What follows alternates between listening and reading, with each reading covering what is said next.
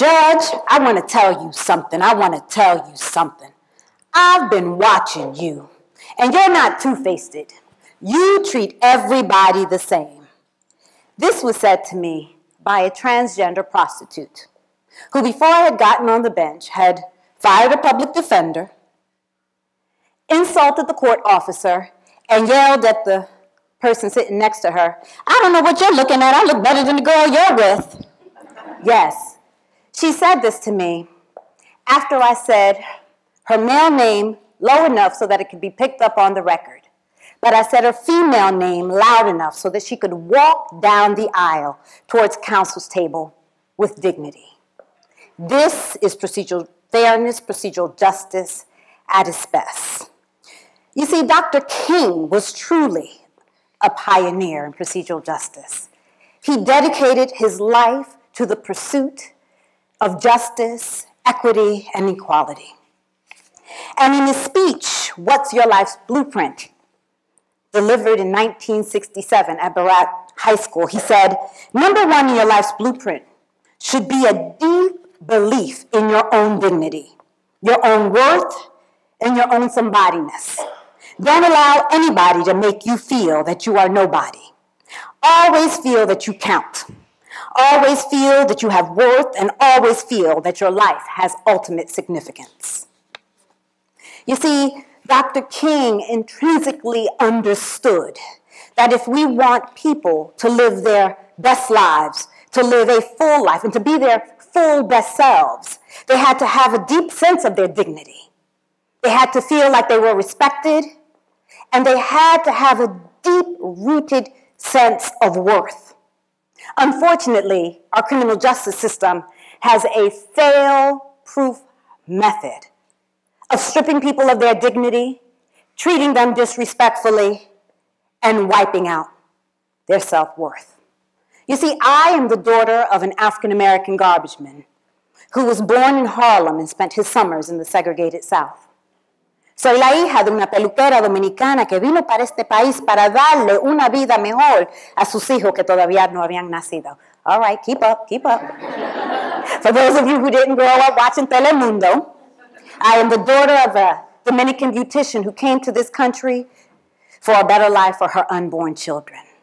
My parents taught me you treat everyone you meet with dignity and respect, no matter how they look, no matter how they spoke, no matter how they dressed. Unbeknownst to me, it would be the most important lesson that I carried with me to the Newark Municipal Court when I became a judge. And because at the ripe age of 10, I was dragged off the playground to translate for family members who began to migrate to the U.S., I know how difficult and how daunting it can be to navigate some of our government systems.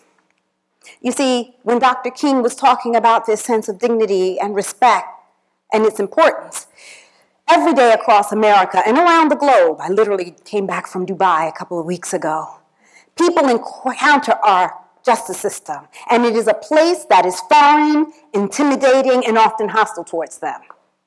They are confused about the nature of their charges, annoyed about their encounters with the police, and facing consequences that might impact their finances, their relationships, as well as their liberty. What if I told you that you could improve people's court experience, increase compliance with the law, as well as increase the public's trust in the system, and restore humanity to the justice process with a simple idea? That simple idea is procedural justice, again, also known as procedural fairness. And it's a concept that says if people perceive, if they believe that they are treated with dignity and respect and fairly by the justice system, they'll obey the law. That's what Tom Tyler found when he began to study in the 70s why people obey the law. He found that if people saw the justice system as a legitimate authority to impose rules and regulations, they'd follow them. His research concluded that if people felt that the system had treated them fairly, with dignity and respect, that they would be satisfied with the court's rulings even when the court ruled against them. And that it all began with what? It began with how judges spoke to court participants. You see, being a judge is often like having a reserved seat to a tragic reality show that has no commercial interruptions and no season finale. People would come before me, they'd be drug sick, they'd be filthy, they'd be speaking to the voices in their head, they'd be hungry. When I realized that their need for help was greater than my fear of appearing vulnerable on the bench, I decided that not only did I need to help them, but that in fact I could. The first principle of procedural justice is voice. Give people an opportunity to speak, to tell their side of the story. Even when you're not going to let them speak, let them know why. Sir, I'm not going to let you speak right now. You're not represented by counsel, and I don't want you to say anything that might impact your case. You know, I'm known for my signature essays, my introspective signature essays, and they have really been an awesome opportunity for giving people an opportunity, one, to be introspective, but to also share information. I once had an 18-year-old high school student. In our schools, we have more police officers than we do guidance counselors in the schools nowadays. And unfortunately, what is the message that we're sending to our children about what we think about them? And she had to be maybe 90 pounds, little tiny girl, and she had originally been charged with weapons possession. The Superior Court had downgraded it to municipal court and called it a disorderly persons. As a part of her sentence, she had been sent to youth court, which is a restorative justice program we have in Newark. And as a part of her sentence, she had to write an essay. She stood before me shaking, and she read out loud, "Judge, I'm so sorry. I didn't mean to harry this knife. I didn't mean I wasn't going to hurt anyone. It's just that I'm scared. I'm scared all the time. I'm scared when I walk through my old neighborhood. I'm scared when I walk to and back home from school. I sleep with my knife under my pillow, and I barricade myself in my room." She was done with her mandates, and when I got home, I heard it. Why is she barricading herself in her room at night? And when I checked with the social worker they reached out to her. She had been being sexually assaulted by her mother's boyfriend at night. And she walks into a school every day with police officers and didn't feel that she had voice to share that. The second principle is neutrality. When increasing the public's trust in the process, neutrality is paramount. People must not perceive that the process is biased, that the judge is favoring one side over the other. The judge has to make a conscious effort to not say things like, where's my prosecutor? Where's my officer? Where's my public defender? And this is difficult and challenging when you work in a space where the same people come in and day out. For me, I remember when I was a younger attorney, and I had just graduated from Rutgers Law School, and I went into my first arbitration, and I was greeted by two gray-haired men, and when I sat down, they were talking about the last golf round they played, and they started scheduling their next social outing. I realized my client couldn't get a fair shot in this forum, no matter what the facts said. The next principle is understand. It is imperative that people understand the process, understand the consequences of the process, and understand what is expected of them. I am very clear that the people who come before me in the city of Newark, who come through the court system, are often poorly educated, poor, and often English is their second language. In 1 year, Newark will translate 24 languages. And so for me, I speak plain English. And I like to say that legalese is the language we use to confuse. My favorite example of this was when I was a new judge. I like to say younger. I'm just going to say younger judge because I'm still young. And one of my more senior seasoned judges runs up and he's like, "Listen, here's a script. If you see somebody who has mental health issues, you ask them these questions and then you can get your evaluation." So the first time I saw someone come, I said, went for my script, and I started to ask the questions. "Sir, have you ever taken I couldn't even pronounce the words. Psychotropic medication?" "Nope." "Have you ever treated with a psychiatrist before?" "Nope." But I knew that the person was suffering from mental illness. One day, in my frustration, I decided to scrap the script and ask one question. "Ma'am, do you take medication to clear your mind?" "Yeah, Judge, I take Halidol for my schizophrenia, Xanax for my anxiety, You see, she understood the question. The question works even when it doesn't work.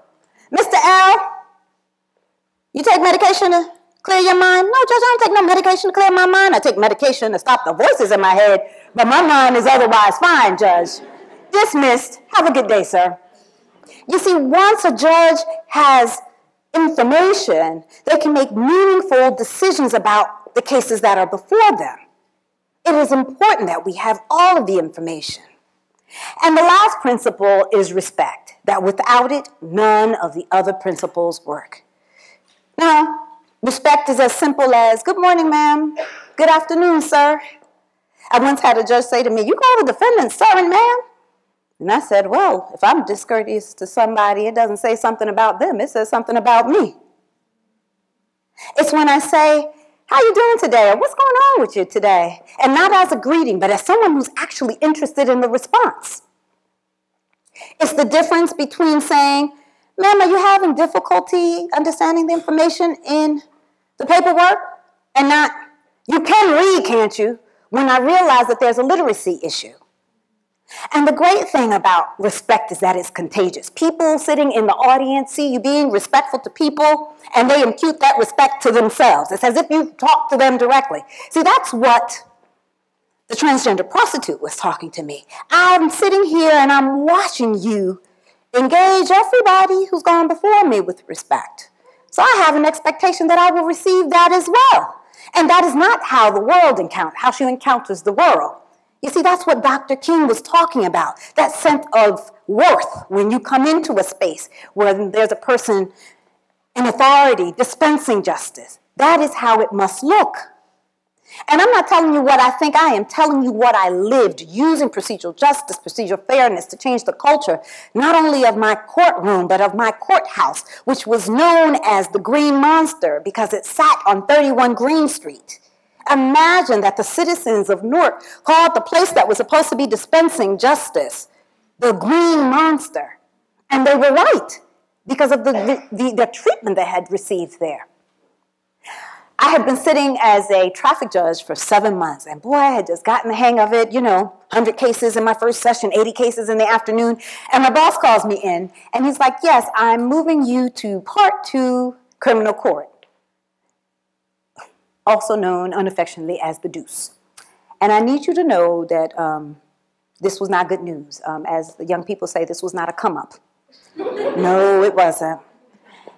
It was, your typical urban court where you have the low-hanging fruit, the drug-addicted prostitute, the high school dropout, low-level drug dealer, the schizophrenic homeless person, the young person who's lost their way. It's a place where people are serving a life sentence 30 days at a time.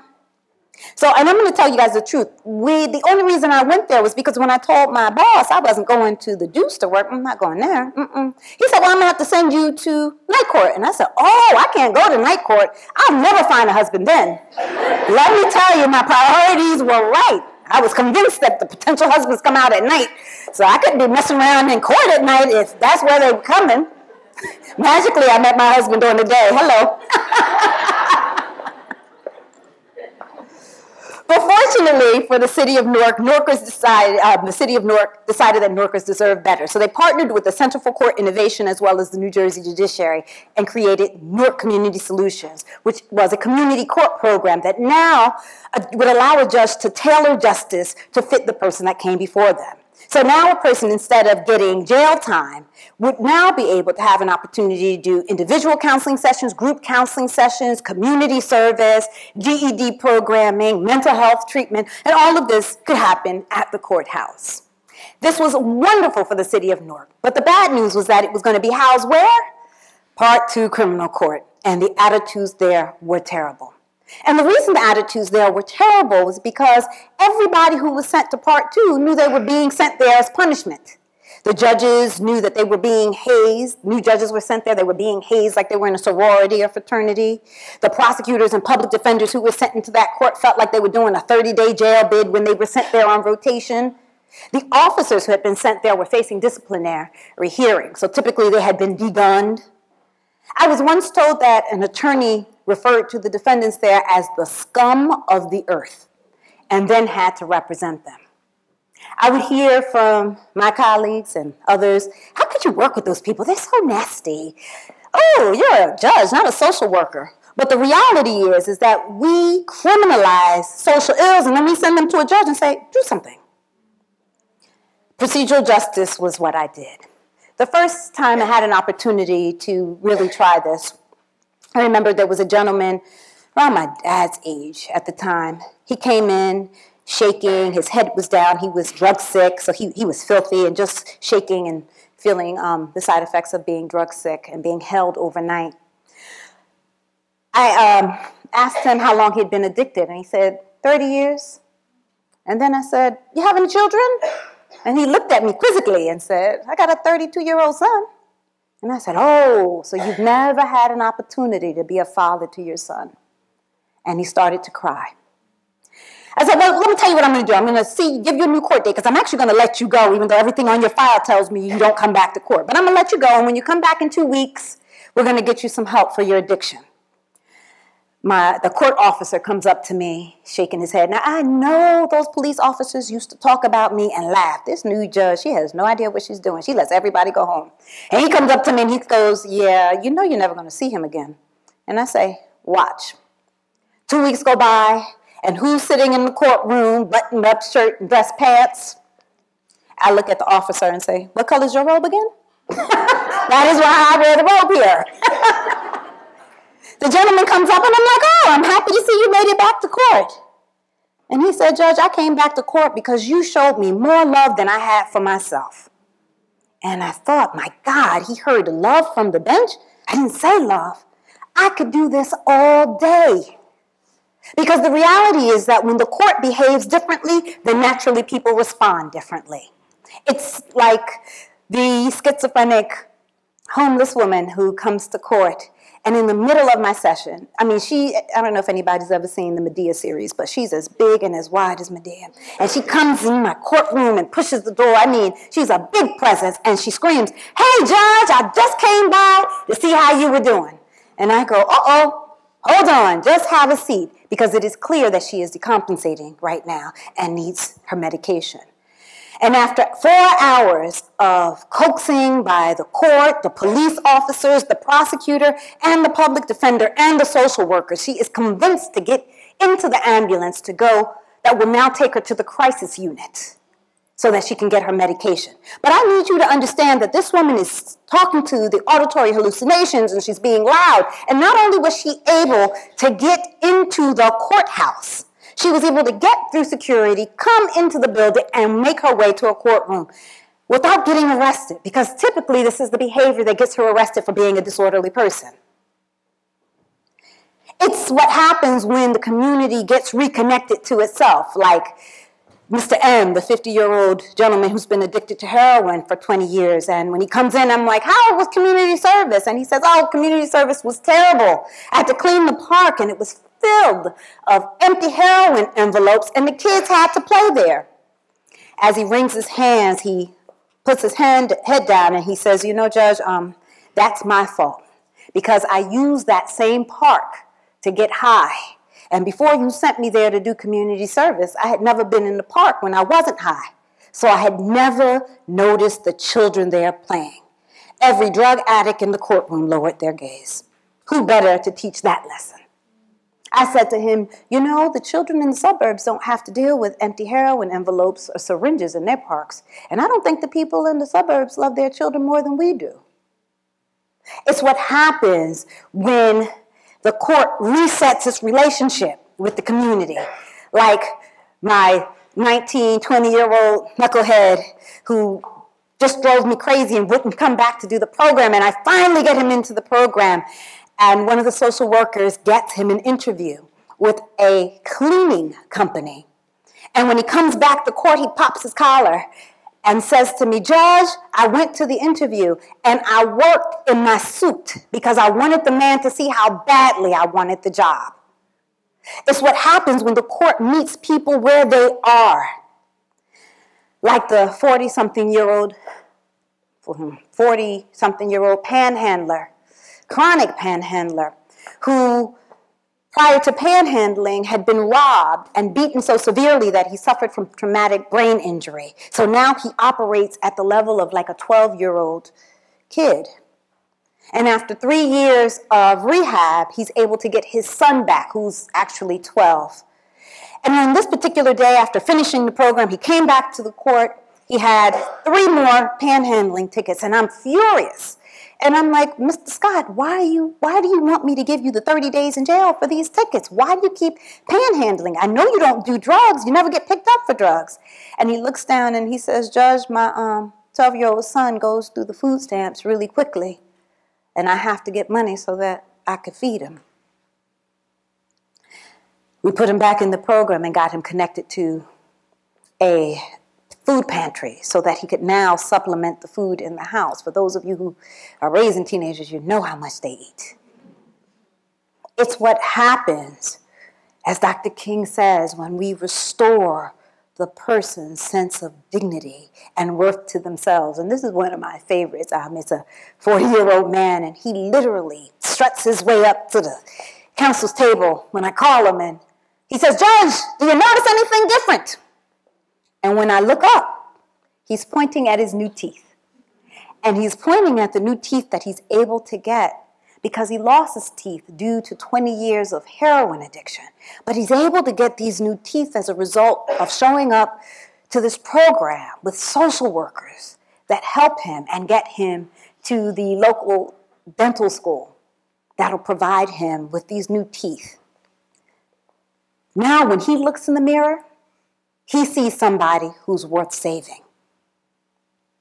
You know, these principles of procedural justice are not miracle cure-alls, but they do get us light years to where we want to be in the justice system. And where we want to be in the justice system is a place that when people show up, they know that they're going to be treated with dignity and respect, and they believe that justice will be served there. Imagine that, a simple idea. Thank you.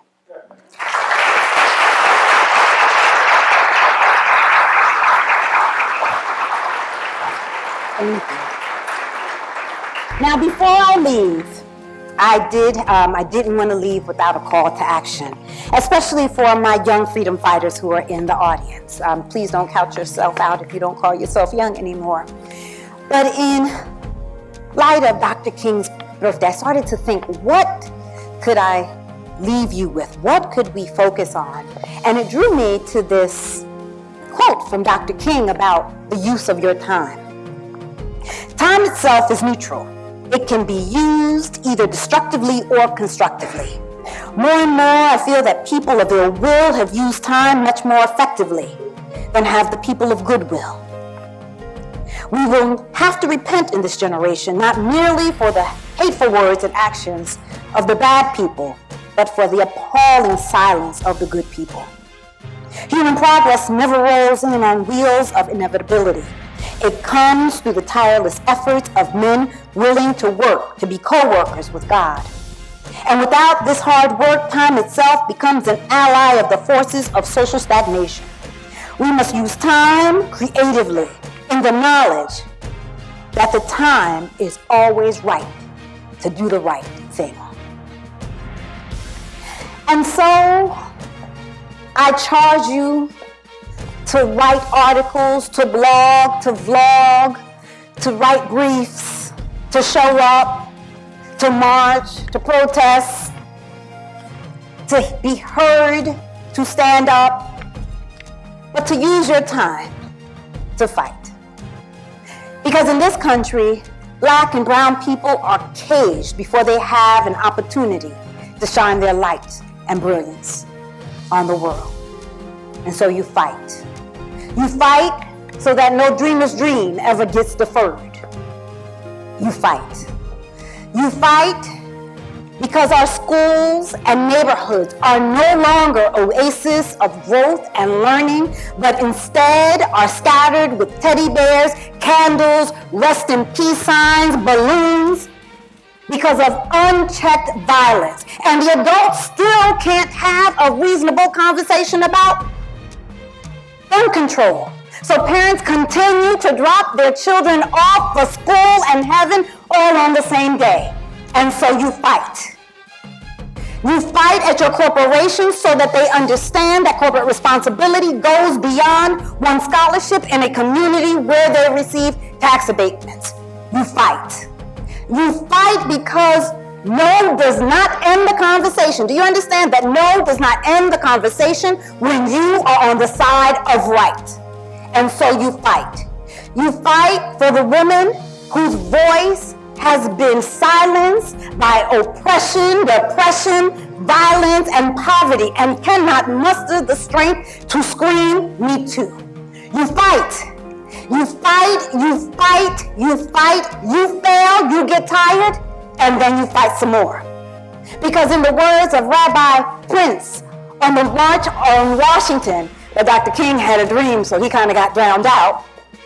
Rabbi Prince said that neighbor is more than a geographical location, but instead it is a moral obligation. So you have both a moral and a professional obligation to speak for those who cannot speak for themselves, to protect civil liberties, and to dedicate your life, to commit your life to making an impact in the world. And so you fight.